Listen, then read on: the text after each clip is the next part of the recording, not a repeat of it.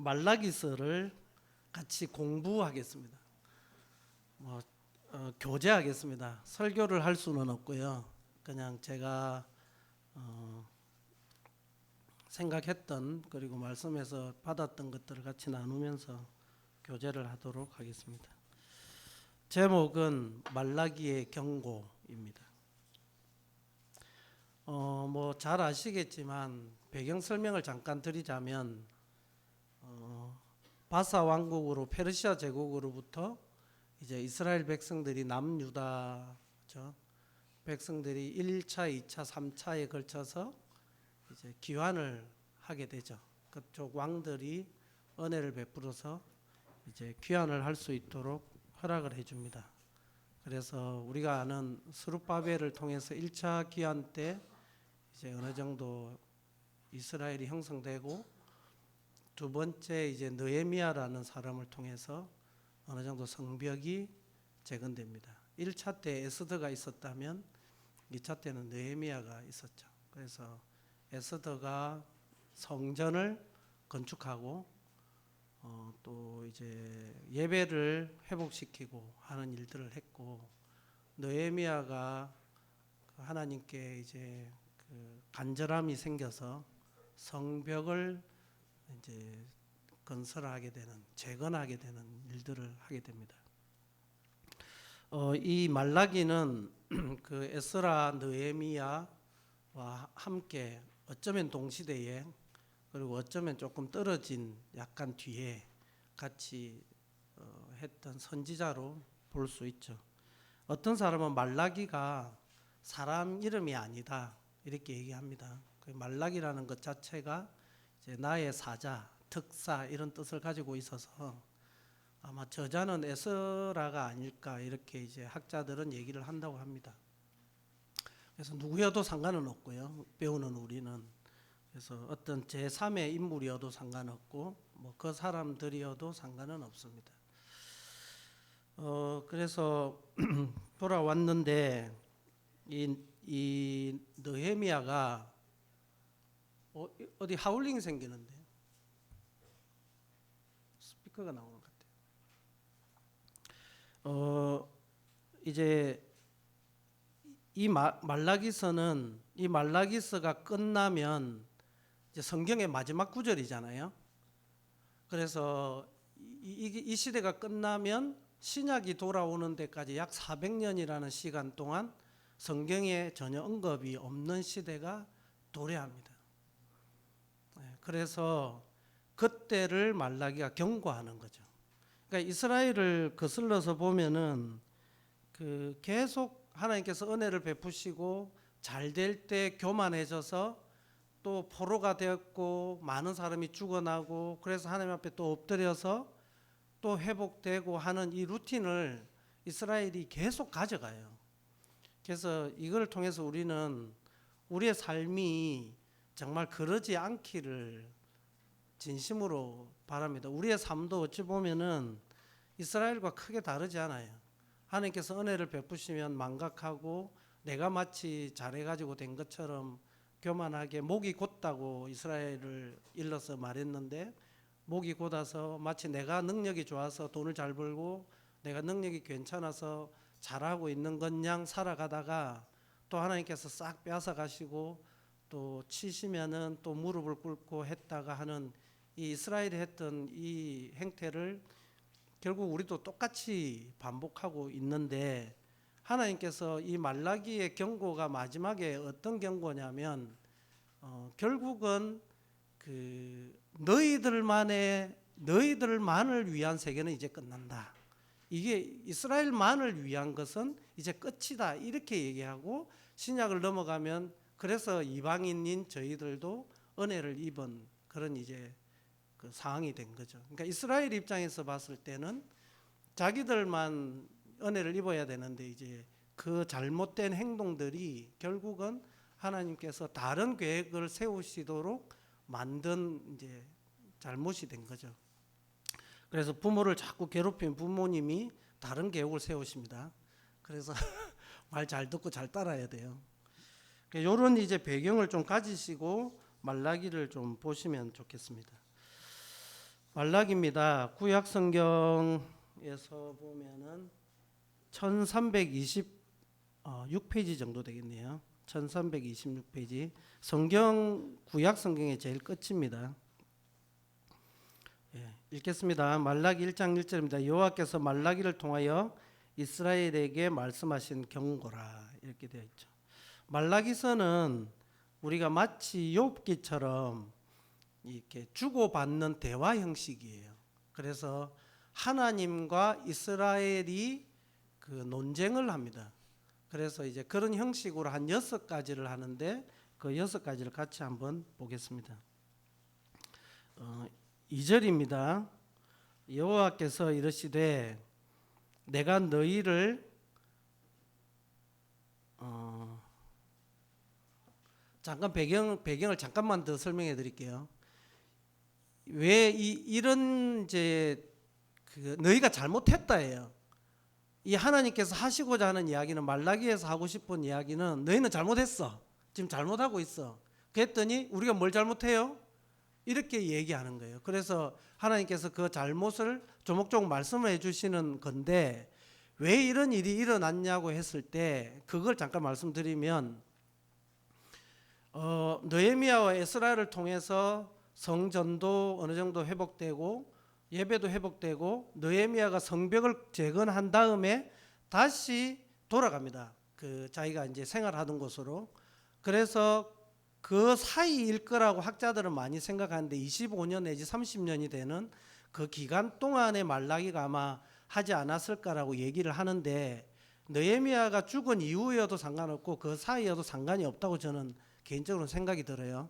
그런데 뭐가 중요하냐면 익숙해져 있는 삶. 그러니까 오랫도록 겪어왔잖아요. 그랬는데 이스라엘이 봤을 때 뭐 여태 기다려라 했는데 뭐 변하는 것도 없고 계속 패턴은 똑같고, 그러면서 이 이스라엘들이 어떻게 돼버리냐면은 타성에 젖어버리는 삶을 살게 돼요. 그래서 이제 하나님께서 그것을 깨우치는 것이 말라기서가 하고자 하는 이야기다. 이걸 생각을 하시고 보시면 좋겠습니다. 예, 2절입니다. 예, 여호와께서 이르시되 내가 너희를 사랑하였노라 하나 너희는 이르기를 주께서 어떻게 우리를 사랑하셨나이까 하는도다. 그러니까 이 말을 거꾸로 되짚으면 뭐냐면, 이스라엘 백성들은 하나님이 우리를 사랑하지 않는다 이렇게 생각하고 있다는 것입니다. 그랬더니 하나님이 아니야, 난 너희를 사랑해 이렇게 얘기한 거죠. 그러니까 뭘 봐서 우리를 사랑하는 거예요? 이렇게 이제 얘기를 한 거죠. 그랬더니 2절에 보면 나 여호와가 말하노라 에서는 야곱의 형이 아니냐, 그러나 내가 야곱을 사랑하였고 에서는 미워하였다 이렇게 표현하죠. 이게 어디에 나와 있냐면은 내가 야곱은 사랑하고 에서는 미워하였다 하는 말이 신약 성경에 나옵니다. 로마서 9장 13절 바울이 이걸 그대로 표현하죠.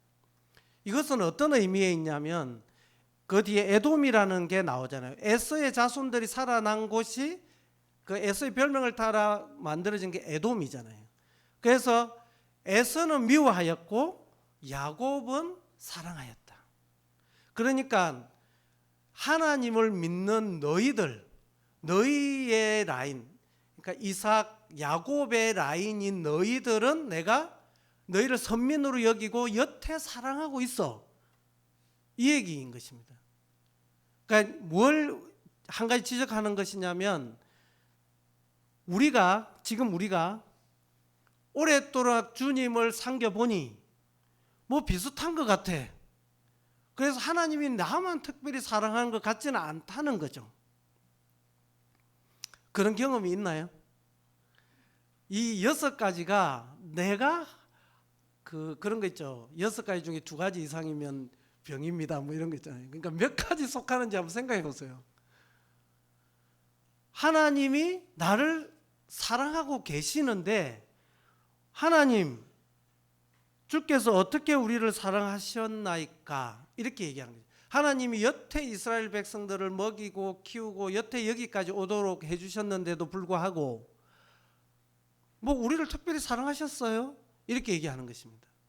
우리 삶 속에 우리의 마음이 세상과 반반이 되거나 때로는 그냥 세상에 찌들어서 살면서 하나님께서 특별히 나를 사랑하신다는 감정이, 그 사랑에 대한 감정이 없이 살아가고 있지는 않은지, 이 글을 보는 우리는 이제 독자이기 때문에 독자의 입장에서 이 책을 나에게 개입을 한번 시켜볼 필요가 있는 것이죠.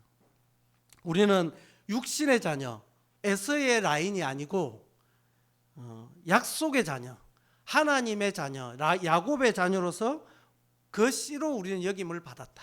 그래서 하나님은 우리를 특별히 사랑하신다. 이 사랑에 우리는 변함없이 감사를 해야 된다. 이것이 이제 들려드리고 싶은 말씀입니다. 다 읽으면 좋은데 그럴 수가 없어서 우리 삶에서 너무 무강박하게 이스라엘 백성처럼 이렇게 무례한 질문을 하나님께 하지 않게 되기를 진심으로 바라는 마음이 있습니다. 두 번째 있습니다. 첫 번째는 사랑에 대한 의심이었죠. 두 번째가 뭐냐면은 제사장들의 죄인데, 요거는 잘못 제사를 드리는 죄입니다. 1장 6절입니다. 내 이름을 멸시하는 제사장들이나 나 만군의 제사장들아, 나 만군의 여호와가 너에게 이르기를 아들은 그 아버지를, 종은 그 주인을 공경하나니 내가 아버지일진데 나를 공경함이 어디 있느냐.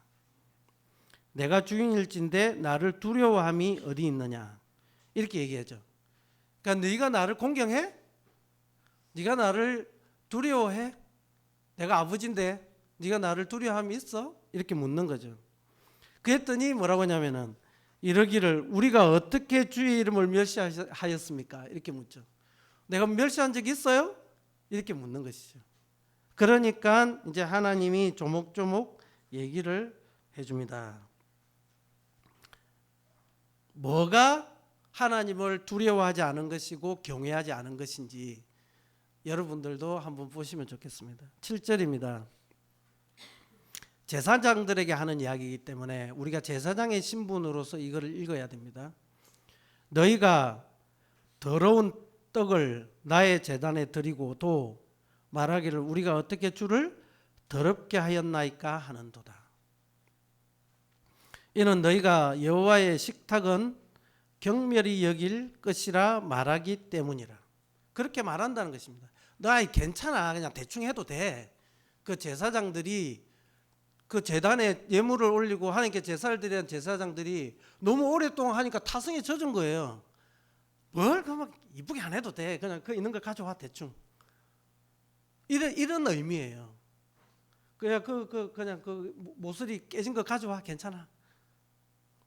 우리가 하나님께 그렇게 예배를 드릴 수 있는 존재는 아니잖아요. 만군의 여호와가 이르노라 너희가 눈먼 희생 제물을 바치는 것이 어찌 악하지 아니하며 저는 것 병든 것을 드리는 것이 어찌 악하지 아니하냐. 그러면서 우리가 잘 쓰는 말이 있어요. 이제 그것을 너희 총독에게 드려보라. 그가 너를 기뻐하겠으며 너를 받아주겠느냐. 이게 참 비유가 좋아요. 우리가 하나님 앞에 나오는 것이 대통령 앞에 나간다고 했을 때와 우리의 태도가 더 못하면 하나님께서 이렇게 느끼실 수 있겠다고 우리가 생각하고 살면 좋겠습니다. 그래서 우리가 하나님 앞에 나아갈 때 제사를 드릴 때 귀한 사람을 만나러 가는 것보다 그 이상으로 마음가짐과 몸가짐이 필요하다. 제가 드린 말씀은 아니고요. 총독에게 드려보라. 이걸 우리 마음에 조금 새기고 살면 좋겠다는 생각이 듭니다. 늦게 가겠습니까? 일찍 가겠죠. 대통령을 면담하러 가는데 뭐 딸막하게 맞춰 가진 않을 거잖아요.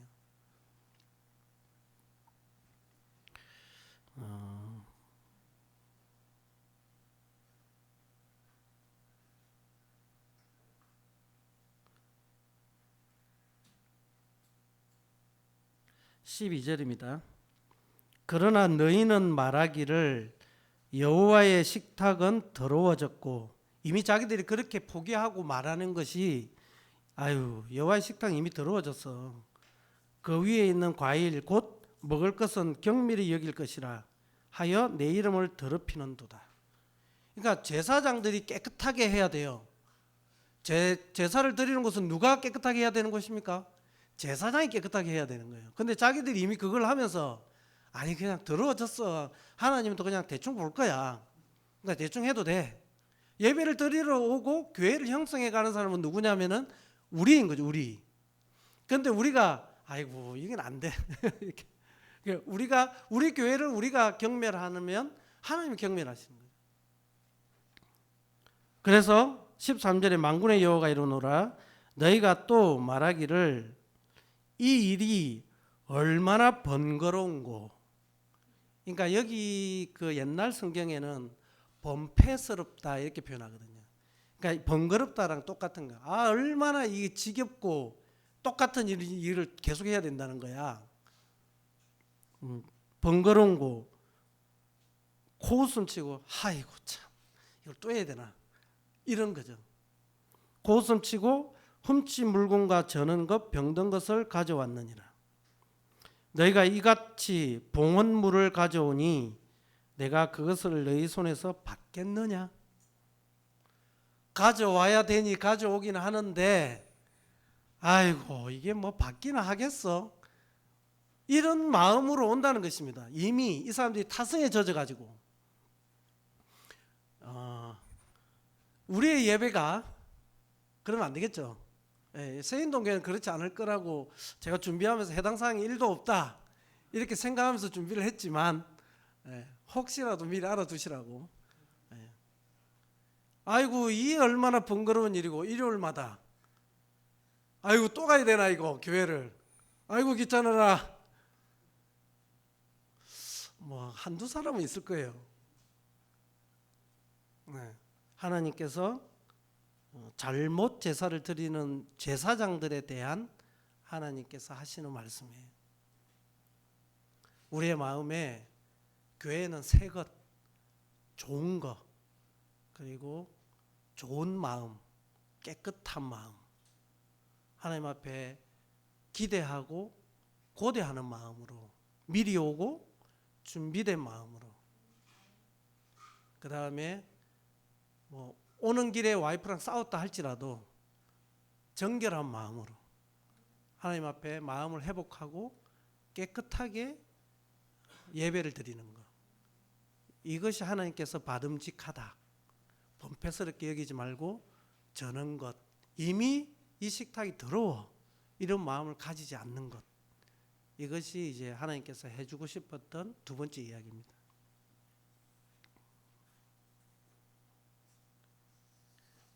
베드로전서는 이미 우리에게 택하신 족속이고 우린 제사장들이라고 얘기하기 때문에 충분히 해당 사항이 있다고 보고 피해갈 수 없음을 기억하시기 바랍니다.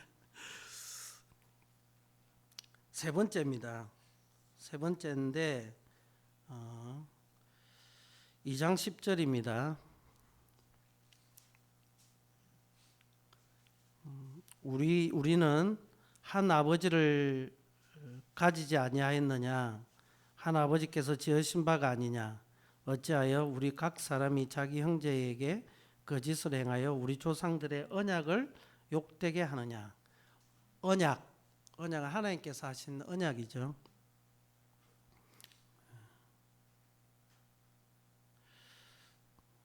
그냥 읽겠습니다. 유다는 거짓을 행하였고 이스라엘과 예루살렘 중에서는 가정한 일을 행하였으며 유다는 여호와께서 사랑하시는 그 성결을 욕되게 하여 이방신의 딸과 결혼하였으니 이 일을 행하는 사람에게 속하는 자는 깨는 자나 응답하는 자는 물론이요. 여기 깨는 자는 뭐냐면 선동하는 사람 이렇게 해도 돼.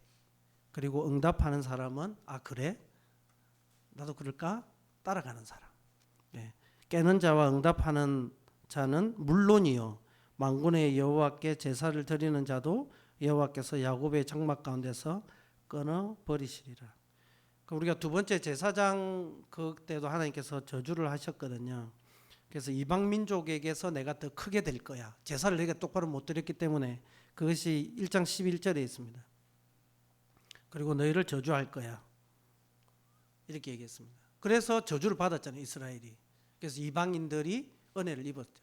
이 여기도 마찬가지로 이 이방 여인들과 결혼하는 것들, 그러니까 이방 사람들과 결혼하는 것들, 그리고 이혼에 관련된 것입니다. 너희가 이런 일도 행하나니 곧 눈물과 울음과 단식으로 여호와의 제단을 가리게 하는도다. 그러므로 여호와께서 다시는 너희의 봉헌물을 받아 돌아보지도 아니하시며 그것을 너희 손에서 기꺼이 받지도 아니하시거늘 너희는 이르기를 어찌 됨이니까 하는도다. 하나님께서 그렇게 해서 와서 제사 드려도 나는 받지 않을 거야. 그러니까 왜요? 이렇게 물어본다는 것이죠. 이는 너와 네가 어려서 맞이한 아내 사이에 여호와께서 정인이 되시기 때문이라.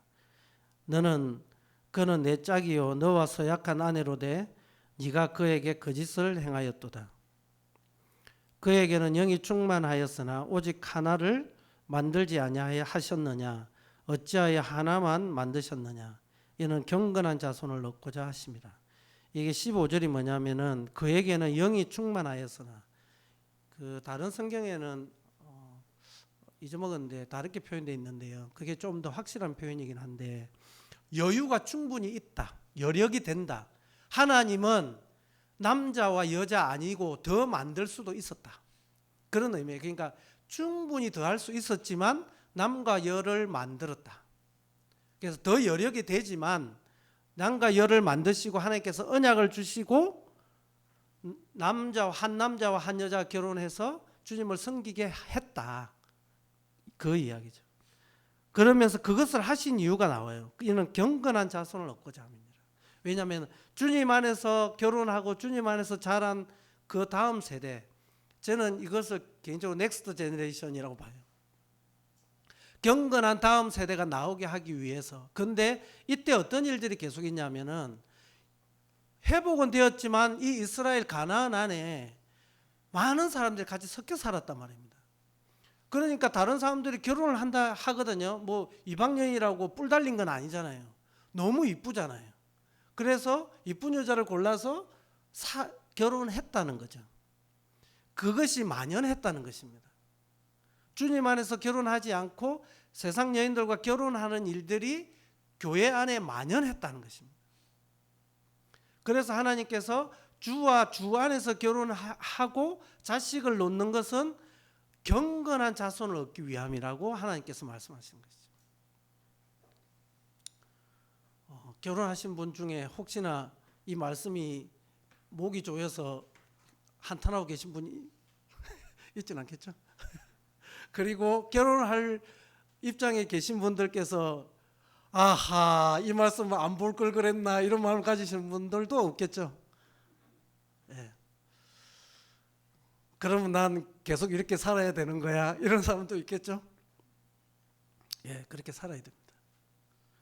이것은 주님께서 허락하신 말씀이고, 이스라엘 백성들이 이것으로 인해서 하나님께로부터 이제 그 잘못이라고 지적을 당했기 때문에 이거를 보는 우리에게도 교훈이 된다고 생각합니다. 예, 많은 말을 할 수 있지만 그냥 말씀에서 이미 여러 의미를 전달했을 거라고 보고요. 그 다음에 네 번째 논쟁인데 17절입니다. 2장 17절. 너희가 말로 여호와를 괴롭게 하고도 이러기를 우리가 어떻게 여호와를 괴롭게 해드렸나이까, 이렇게 물어봅니다.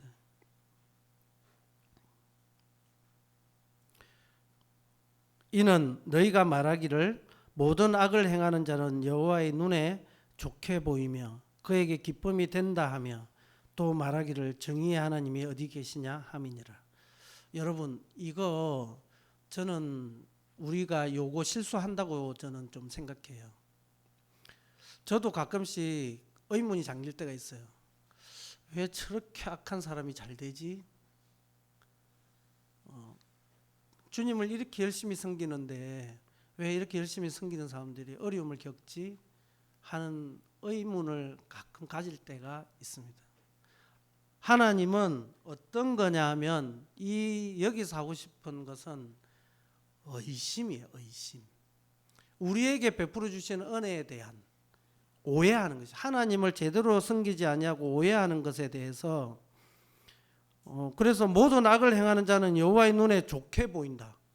모든 악을, 그러니까 그래서 잘 되는 거 아니야?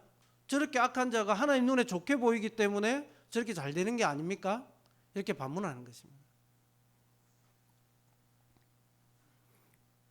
그에게 기쁨이 된다. 그래서 정의의 하나님은 어디 계십니까? 이렇게 물어보는 것입니다. 도대체 하나님은 누구 편이에요? 이 말인 거죠.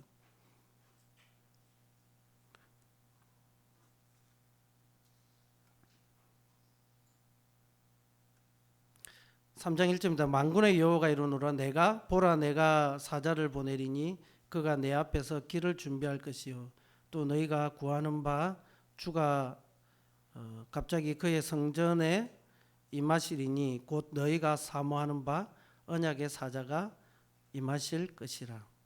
그가 임하시는 날을 누가 능히 당하며 그가 나타내는 때에 누가 능히 서리요.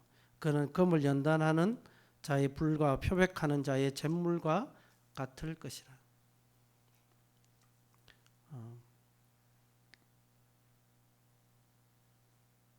6절입니다. 나 여호와는 변하지 아니하나니 그러므로 야곱의 자손들아 너희가 소멸되지 아니하느니라. 그러니까 요거를 이제 말씀을 또 따로 보시면서 어떻게 받아들일 수 있지만 제가 이제 보면서 느꼈던 것은 하나님께서 이 땅에 우리의 어떤 영향력과 의미를 두시지 않는다. 우리는 하나님께서 오해하지 마. 너희에게 못되게 하는 것이 아니야. 너희는 이미 내가 택했어. 여호와는 변하지 않는다. 나는 너희 편이야. 그러니까 악한 자의 편도 아니고 그 사람을 기뻐하는 것이 아니고 3장 1절 2절에 보면 내가 너의 길을 준비할 것이요 너희가 구하는 바 주님이 다시 오실 거야. 오시면 너희는 이 세상에 살 것이 아니고 내가 너희를 데리고 갈 거야. 그러니까 나는 영원한 너희 편이야. 이 세상에서 일어나는 조그마한 것들에 대해서 일희일비하지 마. 나는 너의 길을 예비하고 너희를 데리러 올 거야.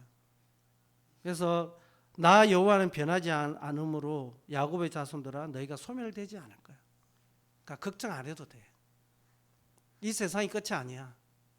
이런 의미를 담고 있습니다. 그래서 의심하거나 불평할 필요가 없다. 그 다음 5번째입니다. 11조입니다. 11조. 단순히 11조가 아니라 이제 섬김을 나타내는 건데요. 3장 7절입니다.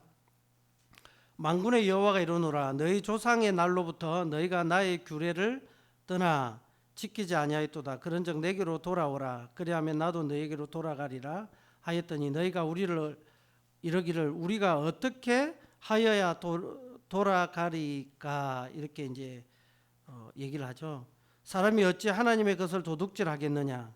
그러나 너희는 나의 것을 도둑질하고도 말하기를 우리가 어떻게 주의 것을 도둑질하였나이까 하는도다. 이는 곧 11조와 봉합물이라. 9절 읽어주고 싶은데 그냥 속으로 읽으십시오. 무슨 말이냐면요. 왜 우리가 잘못되었습니까? 이렇게 물어보니까 하나님이 이 세상 모든 것, 직역하자면 네가 버는 모든 것은 내 거야. 네가 가져가는 수입은 다 내 거야. 원래 내 거야. 이 세상이 다 내 거야. 내 건데 왜 헌금하지 않니? 이게 직역하자면 이렇습니다. 왜 교회에 돌리지 않아 너? 그러니까 가져갔는데 안 주니까 도둑놈인 거죠. 원래 내 건데 가져갔어요. 안 주잖아요. 그럼 도둑인 거잖아. 하나님이 그런 의미로 말씀하시는 겁니다. 우리가 하나님 앞에 11조를 하지 않는 것, 혹시나 오해하실까 봐 11조를 강요하는 것이 아니에요. 이 교회는, 그때는 이스라엘은 제사장들이 살아야 했고, 그래서 제사장들이 그 백성들이 헌금을 해주지 않으니까 제사장들이 살아갈 수가 없어서 도둑질도 하고 또 하나님을 열심히 섬기지 못하는 악순환이 생기게 된 것입니다. 그래서 헌금은 어떤 의미가 있냐면, 헌금을 해서 기복으로 상을 받거나 내가 헌금을 이만큼 하면은 돈을 얼마 벌겠지, 이게 아니에요.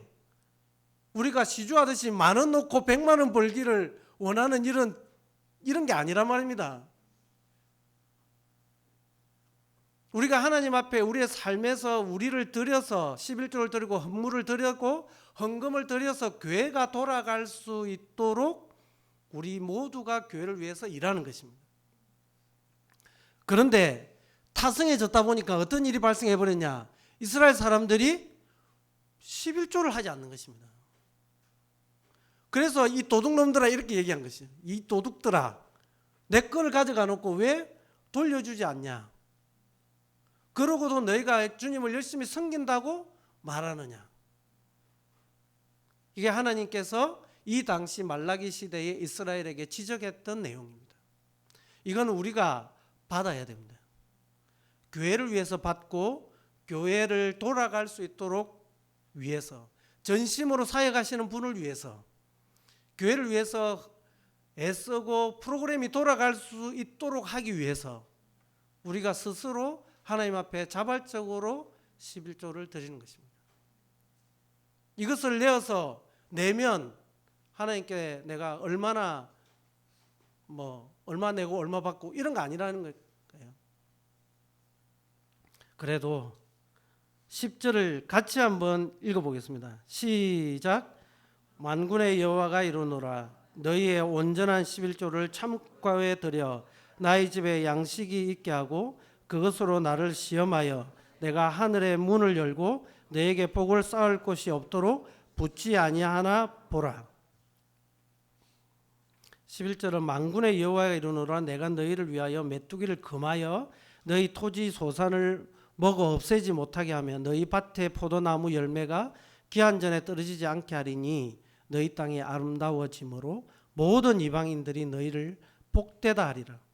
만군의 여호와의 말이니라. 여러분, 이 말씀을 따라 한번 시험해 보세요. 테스트 해보세요. 하나님 말씀을 믿고 테스트 해보세요. 하나님께서 어떻게 하냐 하면은 그 벌레가 메뚜기를 금해서 포도 열매가 아름다워짐으로 옆에 농사 짓는 사람이, 야, 어떻게 네 것만 그렇게 좋아? 나는 벌레가 다 먹었는데, 내 포도는 벌레가 다 먹었는데 어떻게 너희 것만 포도가 안 먹었어? 내가 하나님 믿잖아요. 내가 하나님께 많이 드렸잖아요. 너희 것만 아름다워져서 이방인으로부터 칭송을 받을 거라는 것입니다. 그렇게 할 수 있게 해줄게. 하나님 앞에 드리는 것을 주저하지 마. 이게 이제 하나님께서 5번째로 말씀해 주고 싶었던 것입니다. 6번째는 섬기는 것이 하나님께서 우리가 주님을 섬기는 것에 대한 특별한 대우에 대한 이야기를 하는 것입니다. 3장 13절에 보면은 여호와가 이르노라, 너희가 완악한 말로 나를 대적하고도 이르기를 우리가 무슨 말로 주를 대적하였나이까 하는도다. 이는 너희가 말하기를 하나님을 섬기는 것이 헛되니 만군의 여호와 앞에서 그 명령을 지키며 슬프게 행하는 것이 무엇이 유익하리요. 16절입니다. 그때 여호와를 경외하는 자들이 피차에 말하매 여호와께서 그것을 분명히 들으시고 여호와를 경외하는 자와 그 이름을 존중히 여기는 자를 위하여 여호와 앞에 있는 기념책에 기록하셨느니라. 17절입니다. 만군의 여호와가 이르노라, 나는 내가 정한 날에 그들을 나의 특별한 소유로 삼을 것이요 또 사람이 자기를 섬기는 아들을 아낌없이 내가 그들을 아들을 아낌같이 내가 그들을 아끼리니 그때에 너희가 돌아와서 의인과 악인을 분별하고 하나님을 섬기는 자와 섬기지 아니하는 자를 분별하자. 이거는 이제 살짝 예언이 포함되어 있는 거긴 한데요. 우리가 이제 말씀으로만 보더라도 섬기는 자와 섬기지 않는 자, 하나님께서 분명히 분별하시겠다. 우리가 지금을 사는 오늘도 하나님께서 우리를 생명책에 기록하시고 하나님께서 다시 오심이 되면, 주님께서 다시 오심이 되면 그때는 오른편에 있는 자와 왼편에 있는 자, 주님을 섬기는 자와 그렇지 않은 자를 분별하시고 구별하시고 따로 관리하시겠다고 하나님께서 분명하게 신약에도 말씀해 주셨어요. 믿고 계시죠?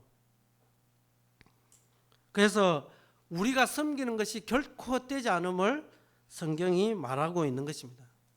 그래서 여러분들께서 열심히 섬겨가는 것이 하나님 앞에 복인 것이죠.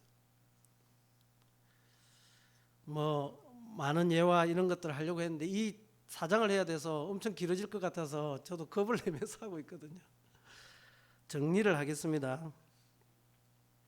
4장에 보면은 결론을 내려줘요. 하나님께서 만군의 여호와가 이르노라 보라 용광로 불같은 날이 이르니 교만한 자와 악을 행하는 자는 다 지푸라기 같을 것이라. 그 이르는 날에 그들을 살라 그 뿌리와 가지를 남기지 아니할 것이로되 내 이름을 경외하는 너희에게는 공의로운 해가 떠올라서 치료하는 광선을 비추리니 너희가 나가서 외양간에서 나온 송아지같이 뛰리라. 외양간에서 나온 송아지 못 봤죠? 저는 봤죠. 새끼가 송아지를 이제 어미소가 새끼를 놓잖아요. 대번에 서거든요. 조금 몇 번 꼬꾸라지다가 그러면 마당에 뛰어나오면 정말 망아지처럼 뜁니다. 그걸 얘기하는 거예요. 좋아서 팔딱팔딱 뛰는 거예요. 하나님께서 지푸라기는 불 옆에만 가도 타버려요. 집단. 지푸라기가 불 옆에만 가도 타버려요. 하나님께서 분명하게 얘기하시죠. 용광로 같이 불 같은 날이 이르리니 믿으시나요? 예. 용광로 같은 날이 이르리니 그때 주를 섬기지 않았던 사람, 하나님을 모르는 사람은 지푸라기처럼 타버릴 것이고 주님을 열심히 섬기는 너희들은 하나님께서 내가 특별 대우를 하겠다.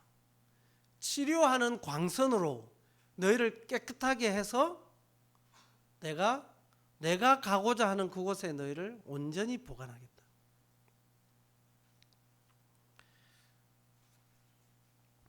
네, 정리하겠습니다. 이 논쟁의 주제나 중심 내용은 뭐냐면은 하나님은 항상 신실하시다. 사람이 그냥 일희일비하는 것이지 하나님은 신실하시다. 그 다음에 그러함으로 주님 오실 때까지 좀 길어진다 할지라도 주님을 열심히 섬겨주기를 당부하시는 거고, 그리고 그 와중에 하나님을 온전히 신뢰하고 하나님께서 약속하셨던 언약을 소중히 여겨주고, 그 다음에 오실 예수님 그 약속하신 바를 믿고 있기를 당부하시는 것입니다. 결국 말라기서가 아까도 언급했지만 400년 동안 암흑기를 맞이하고 이제 이스라엘만을 위한 무대는 사라져 버렸잖아요. 지금 그게 이제 이방인이 저희한테도 와 있지만 이제 우리는 다른 기회가 없는 거잖아요. 그래서 하나님께서 이제 우리가 주님을 열심히 섬기고 하나님께서 우리를 섬긴 우리를 하나님께서 약속하신 대로 이제 데리고 가실 그것을 위해서 정말 상급을 위해서 신실하게 주님을 섬겨주기를 성경을 통해서 간절히 부탁을 드리겠습니다. 예, 이상 마치고 기도드리겠습니다.